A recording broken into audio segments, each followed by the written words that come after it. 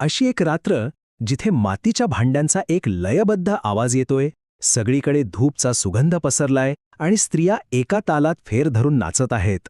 किती सुंदर कल्पना आहे नाही का? हे सगळं एकत्र येऊन देवीच्या शक्तीला जागृत करतं. आज आपण घागरी फुंकणे या अशाच एका गूढ आणि सुंदर विधीबद्दल जाणून घेणार आहोत. चला तर मग या अनोख्या परंपरेला जवळून समजून घेऊया. हो, प्रश्न अगदी बरोबर आहे. एक साधी मातीची घागर आणि थोडासा धूर, यातून देवीचं जागरण कसं काय शक्य आहे? पण गंमत अशी आहे की ही फक्त एक वरवरची शारीरिक क्रिया नाहीये. याच्या मागे श्वास, लय आणि श्रद्धा यांचे एक खोल विज्ञान दडलेलं आहे.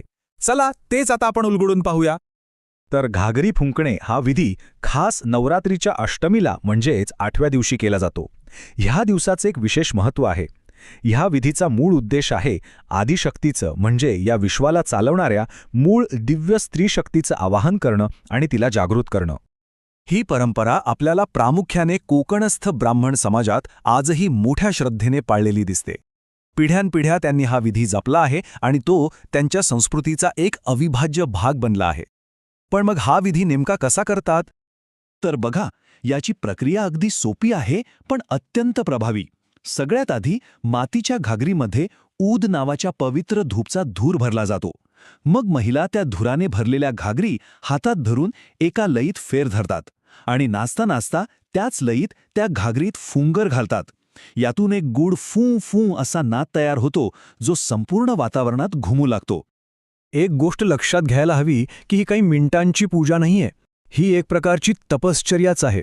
हा विधी संध्याकाळी 6 वाजता सुरू होतो आणि थेट मध्यरात्रीपर्यंत अविरतपणे चालू राहतो.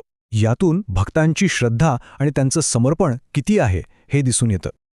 पण मग प्रश्न पडतो की तासनतास चालणारं हे नृत्य आणि फुंकर घालण्याची क्रिया ही केवळ एक शारीरिक कसरत आहे का? नाही, याच्यामागे खूप खोल अर्थ दडलेला आहे.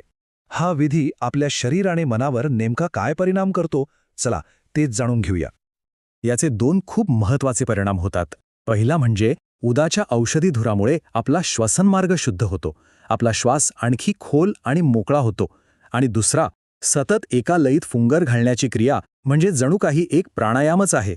यामुळे हृदयाची गती नियंत्रणात येते, डोक्यातील विचारांची गर्दी कमी होते आणि मन हळूहळू एका ध्यानस्थ तल्लीन अवस्थेत पोहोचतं.